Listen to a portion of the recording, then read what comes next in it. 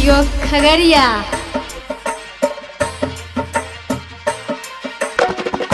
भोरे होते छोड़ काहे जाता रू मोरे माई हो।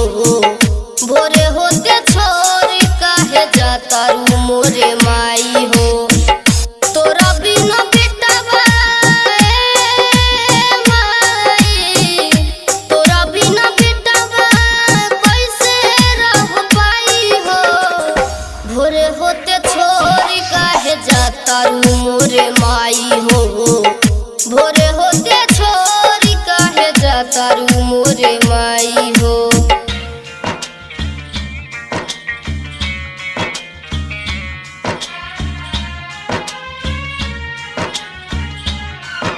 प्रेम से बोली शीतला भवानी की।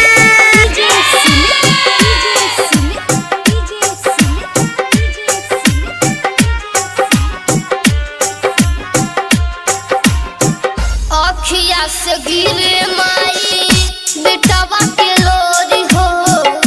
कैसे हम छोरी माई अचरा के कोरी हो। हाँ, अखिया से गिरे माई बेटवा के लोरी हो। कैसे हम छोरी माई अचरा के कोरी हो। कैसे हम छोरी माई अचरा के कोरी हो। सिर पे सवार होके माई, सिर पे सवार होके चाल देलू माई हो। तोरा बिना बेटा कैसे रह पाई हो।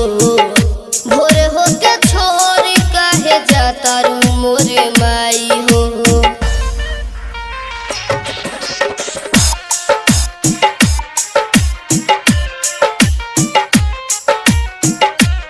बोलो बोलो दुर्गा मैया की।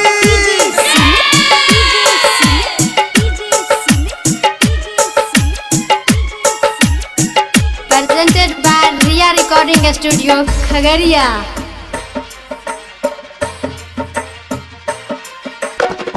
नौ दिन दिलो